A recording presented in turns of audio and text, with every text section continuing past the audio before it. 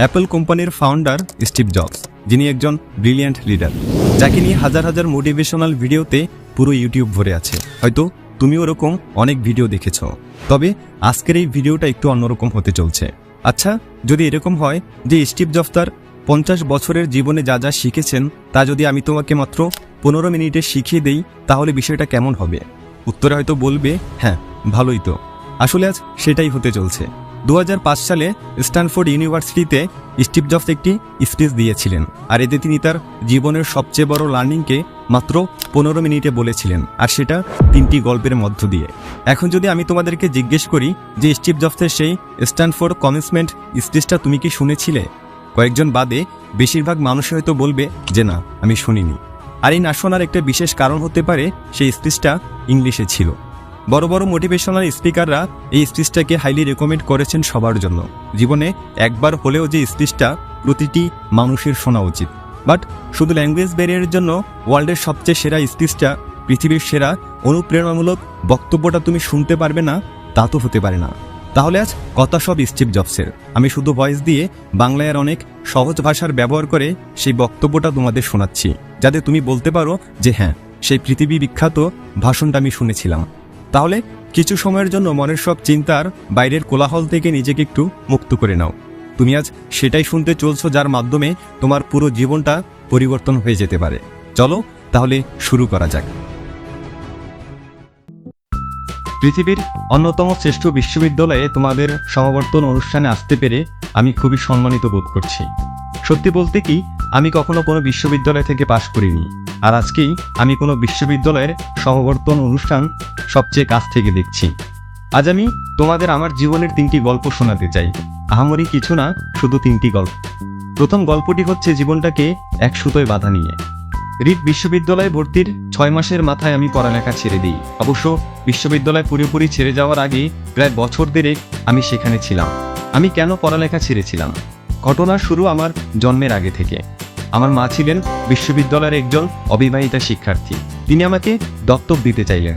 মা আমাকে এমন পরিবারে দত্তক দিতে চাইলেন যাদের বিশ্ববিদ্যালয়ের ডিগ্রি আছে।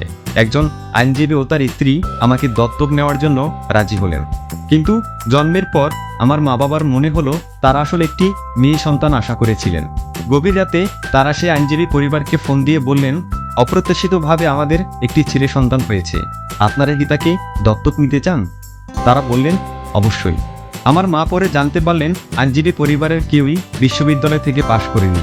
আমার দত্তক বাবা এমনকি হাই স্কুলও পাশ করেনি। এসব জেনে আমার মা দত্তক চুক্তিপত্রে স্বাক্ষর করতে রাজি হননি। কয়েক বছর পর আমার দত্তক বাবা মা কথা দিলেন তারা অবশ্যই আমাকে বিশ্ববিদ্যালয়ে পড়াবেন, এবং সেই কথা শুনে আমার মা আমাকে দত্তক দিতে রাজি হলেন। এভাবে আমার জীবন শুরু হলো। 17 বছর পর আমি সত্যিই বিশ্ববিদ্যালয়ে গিয়েছিলাম, কিন্তু আমি বোকার মতো স্ট্যানফোর্ডের মতো ব্যয়বহুল একটি বিশ্ববিদ্যালয় বেছে নিয়েছিলাম। আমার নিম্ন মধ্যবিত্ত বাবা মায়ের সব জমানো টাকা আমার পড়ালেখার পেছনে খরচ হয়ে যাচ্ছিল। 6 মাস এভাবে যাওয়ার পর আমি এর কোনো মানে খুঁজে পাচ্ছিলাম না। আমার ভবিষ্যৎ জীবন তৈরিতে সেই বিশ্ববিদ্যালয় কতটা ভূমিকা রাখবে সেটা আমি বুঝতে পারছিলাম না। অথচ আমি আমার বাবা মার সারা জীবনের জমানো টাকা লেখাপড়ার পেছনে ঢেলে দিচ্ছিলাম। তাই আমি বিশ্ববিদ্যালয় ছেড়ে দেওয়ার সিদ্ধান্ত নিলাম এবং বিশ্বাস রেখেছিলাম যেন এরপর সবকিছু ঠিকঠাক চলে। সে সময়ের প্রেক্ষিতে সিদ্ধান্তটা ভয়াবহ মনে হলেও এখন বুঝতে পারি সেটা ছিল আমার জীবনের অন্যতম সেরা সিদ্ধান্ত। পড়ালেখা বন্ধ করে দেওয়ার পরে আমি সহজেই বিরক্তিকর সব ক্লাস থেকে মুক্তি পেলাম এবং তারপর আমার পছন্দের ক্লাসগুলোতে ভর্তি হতে শুরু করলাম। তখনকার সব ঘটনাই খুব রোমান্টিক ছিল না। আমার নিজের কোনো থাকার জায়গা ছিল না, তাই আমি আমার বন্ধুদের রুমের মেঝেতে ঘুমাতাম। ব্যবহৃত কোকের বোতল ফেরত দিয়ে আমি 5 সেন্ট করে পেতাম এবং তা দিয়ে খাবার কিনে খেতাম। সপ্তাহে অন্তত একবার ভালো খেতে প্রতি রবিবার রাতে 7 মাইল হেঁটে শহরের অপর প্রান্তে হরেকৃষ্ণ মন্দিরে যেতাম। আমার ভীষণ ভালো লাগে।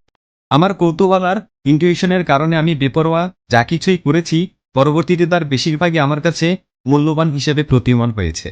তোমাদের একটা উদাহরণ নেই। রিড কলেজে সেই সময় সম্ভবত দেশের সেরা ক্যালিগ্রাফি কোর্স হতো। ক্যাম্পাসে সব পোস্টার আর লেবেল আঁকা হতো হাতে করা ক্যালিগ্রাফি দিয়ে। যেহেতু আমি আর বিশ্ববিদ্যালয়ের ছাত্র ছিলাম না, তাই সহজেই ক্যালিগ্রাফি শেখার নতুন একটা কোর্সে ভর্তি হয়ে গেলাম। আমি সেরিফ ও স্যান্স সেরিফ টাইপফেস শিখলাম। বিভিন্ন ফন্টের স্পেস কমানো বাড়ানো সহ চমৎকার টাইপোগ্রাফি তৈরির কৌশল শিখলাম। ব্যাপারটা ছিল দারুণ, ঐতিহাসিক, বিজ্ঞানের বাইরে একটা আর্ট। যা আমাকে ভীষণ আকৃষ্ট করেছিল। এই ক্যালিগ্রাফি জিনিসটা যে আমার জীবনে কাজে আসবে সেটা আমি কখনো ভাবিনি। কিন্তু 10 বছর পর আমরা যখন প্রথম ম্যাকিনটশ কম্পিউটার ডিজাইন করি তখন সেই জ্ঞানের পুরোটাই আমার কাজে লেগেছিল। ম্যাক কম্পিউটারে আমরা সেই ডিজাইনটাই ব্যবহার করি। এটি ছিল সুন্দর টাইপোগ্রাফি সমৃদ্ধ প্রথম কম্পিউটার। আমি যদি সেই ক্যালিগ্রাফি কোর্সে ভর্তি না হতাম তবে ম্যাক কম্পিউটারে নানান টাইপফেস আর আনুপাতিক দূরত্বের ফন্ট থাকতো না। আর যেহেতু উইন্ডোজ ম্যাকের কাজই নকল করেছে তাই বলা যায় কোনো পার্সোনাল কম্পিউটারেই এ ধরনের ফন্ট থাকতো না। বিশ্ববিদ্যালয়ে না ছাড়লে আমি কখনোই ক্যালিগ্রাফি কোর্সে ভর্তি হতাম না। ফলে পার্সোনাল কোনো কম্পিউটারই হয়তো কখনো এত সুন্দর ফন্ট থাকতো না। অবশ্য বিশ্ববিদ্যালয়ে থাকাকালীন সময়ে সেসব বিচ্ছিন্ন ঘটনাগুলোর এমন যোগসূত্র তৈরি করা সম্ভব ছিল না। কিন্তু 10 বছর পরে পিছনে ফিরে তাকালে তার সবকিছুই পরিষ্কার বুঝতে পারি। তুমি কখনোই ভবিষ্যতের দিকে তাকিয়ে অতীতের বিচ্ছিন্ন ঘটনাগুলোকে এক সুতোয় বাঁধতে পারবে না। এটা শুধুমাত্র পিছনে তাকিয়ে সম্ভব। তাই তোমাকে বিশ্বাস করতেই হবে যে বিচ্ছিন্ন সব ঘটনা ভবিষ্যতে একটা ভালো ফল তৈরি করবে। তোমাকে একটা কিছুর উপর বিশ্বাস রাখতেই হবে, তোমার নিছক ধারণা, ভাগ্য, জীবন, কর্ম, কিছু একটা। যদি তুমি বিশ্বাস করো যে জীবনের বিচ্ছিন্ন সব ঘটনা একদিন ভালো ফল বয়ে আনবে, তবেই তুমি মনের কথা মতো চলতে পারবে, আর এভাবেই তুমি সফল হতে পারবে। আমার দ্বিতীয় গল্পটি ভালোবাসা আর হারানোর গল্প। আমি ভাগ্যবান ছিলাম। জীবনের প্রথম দিকেই আমি আমার ভালোবাসার কাজ খুঁজে পেয়েছিলাম। 20 বছর বয়সে আমি আর রোজ মিলে আমাদের পারিবারিক গ্যারেজ অ্যাপেল কোম্পানি শুরু করেছিলাম। আমরা কঠোর পরিশ্রম করেছিলাম। 10 বছরের মাথায় গ্যারেজের দুইজনের কোম্পানি থেকে অ্যাপেল 4000 কর্মীর $2 বিলিয়ন কোম্পানিতে পরিণত হয়। আমার বয়স যখন 30, তার কিছুদিন আগে আমরা আমাদের সেরা কম্পিউটার ম্যাকিনটশ বাজারে ছাড়ি, আর ঠিক তখনই আমার চাকরিটা চলে যায়। কিভাবে একজন তার নিজের হাতে গড়া কোম্পানি থেকে চাকরি হারাতে পারে? অ্যাপেল যখন বেড়ে উঠেছে তখন আমরা বেশ মেধাবী একজনকে নিয়োগ দিয়েছিলাম। ভাবলাম সে আমাদের সাথে ভালোভাবে কোম্পানিটা এগিয়ে নেবে। প্রথম বছর সবকিছু ভালোভাবেই গেল, কিন্তু ধীরে ধীরে ভবিষ্যৎ পরিকল্পনা নিয়ে তার সাথে আমার চিন্তা ভাবনার অমিল দেখা দিতে লাগলো। আমাদের প্রতিষ্ঠানের পরিচালনা বিভাগও তার পক্ষ নিল। অতএব 30 বছর বয়সে আমি আমার কোম্পানি থেকে আউট হয়ে গেলাম। বেশ প্রকাশ্যেই আউট হয়ে গেলাম। আমার তারুণ্যের সব স্বপ্ন এক নিমিষে হাতছাড়া হয়ে গেল। আমি একদম ভেঙে পড়লাম। পরের কয়েক মাস বুঝতে পারছিলাম না যে আমি কি করব। আমার মনে হচ্ছিল আমি আগের প্রজন্মের উদ্যোক্তাদের মনোবল ভেঙে দিয়েছি। আমার হাতে যে দায়িত্ব দেওয়া হয়েছিল তা আমি পালন করতে পারিনি। আমি ডেভিড প্যাকার্ড এবং বব নয়েসের সাথে দেখা করে আন্তরিকভাবে ক্ষমা চাইলাম। আমার ব্যর্থতার গল্প চারিদিকে ছড়িয়ে পড়ল। আমি ভ্যালি ছেড়ে পালিয়ে যাওয়ার কথাও ভাবলাম, কিন্তু ধীরে ধীরে আমি একটা বিষয় অনুভব করতে লাগলাম। সবকিছুর পরেও আমি আমার আগের সব কাজ ভালোবাসতাম। অ্যাপেলের ঘটনাগুলি সেই সত্যকে এতটুকু বদলাতে পারেনি। আমাকে প্রত্যাখ্যান করা হয়েছে, কিন্তু তারপরেও কাজের প্রতি আমার ভালোবাসা কমেনি। তাই আমি আবার নতুন করে শুরু করার সিদ্ধান্ত নিলাম।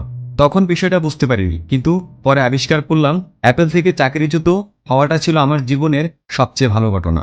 সফল হওয়ার সব ভার থেকে মুক্ত হয়ে আমি আবার নতুন করে শুরু করলাম নিশ্চয়তাবিহীন নতুন জীবন। এর ফলে আমি আমার জীবনের অন্যতম সৃজনশীল সময়ে যাত্রা করার সুযোগ পেলাম।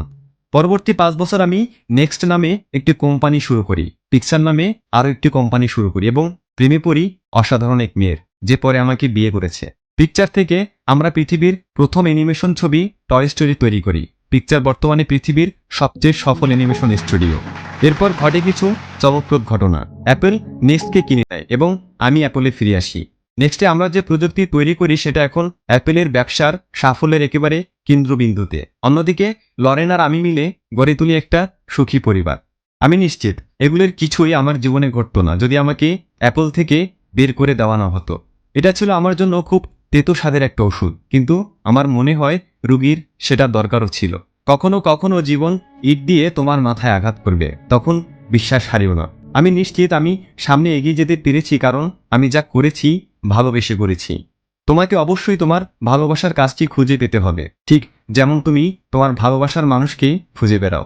তোমার কাজ নিয়ে তুমি তখনই খুশি হবে যখন তুমি তোমার পছন্দের কাজ করবে। তোমার জীবনের বড় একটা অংশ জুড়ে থাকবে তোমার কাজ। তুমি তখনই তোমার পছন্দের কাজ করতে পারবে যখন তুমি তোমার কাজকে ভালোবাসবে। যদি এখনো তোমার ভালোবাসার কাজ খুঁজে না পেয়ে থাকো, তাহলে খুঁজতে থাকো, থেমে যেও না। ভালোবাসার কাজটি খুঁজে পেলে তোমার মন তোমাকে ঠিকই তা জানিয়ে দেবে। এটা যে কোনো সম্পর্কের মতোই, যত সময় যাবে ভালোবাসার কাজটি তোমার ততই ভালো লাগবে। অতএব ভালোবাসার কাজটি খুঁজতে থাকো, থেমে যেও না। আমার শেষ গল্পটি মৃত্যু নিয়ে।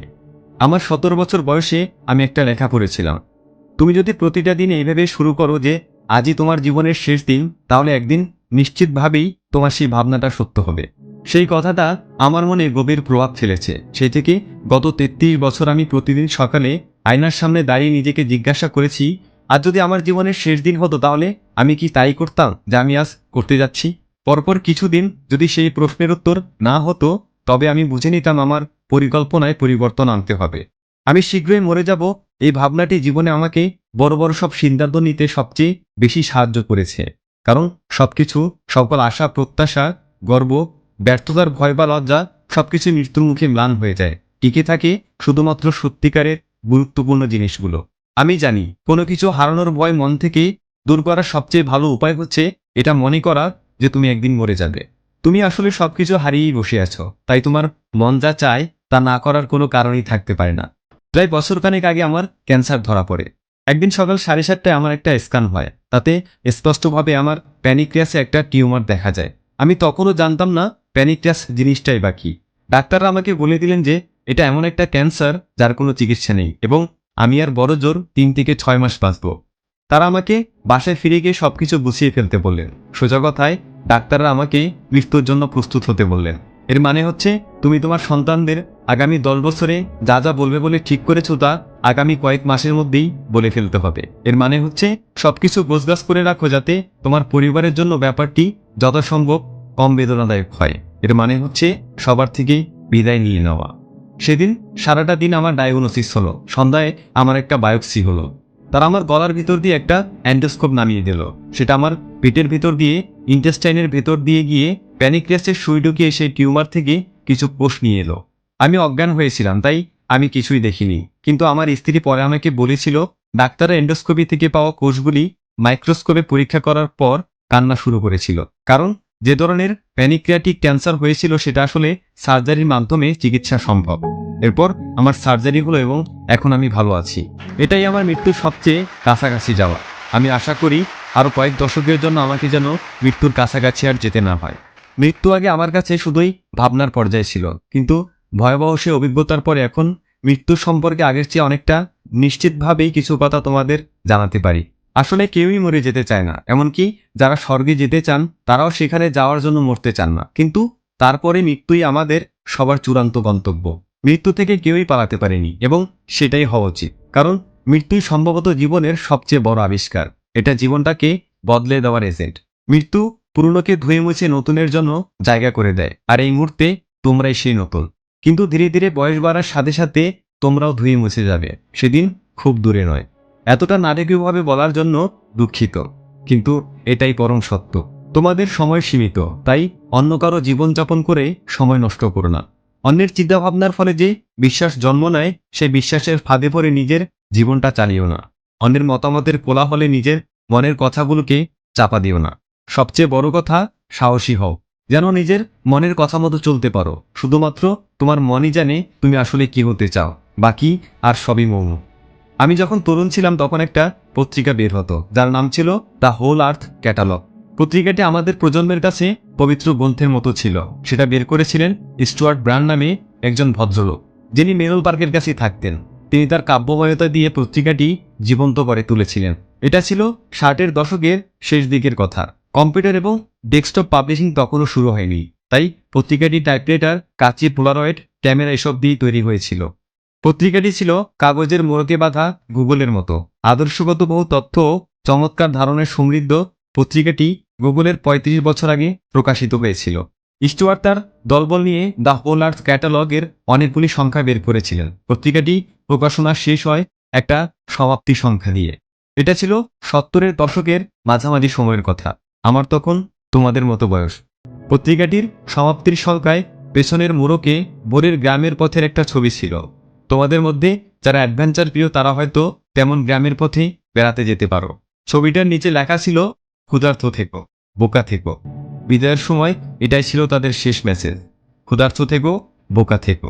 আমি আমার জন্য আজীবন এটাই প্রার্থনা করেছি। আর আজ গ্র্যাজুয়েশন শেষে তোমাদের নতুন জীবন শুরুর মুহূর্তে আমি সেই প্রার্থনাই তোমাদের জন্য করছি। ক্ষুধার্ত থেকো, বোকা থেকো। সবাইকে অনেক ধন্যবাদ।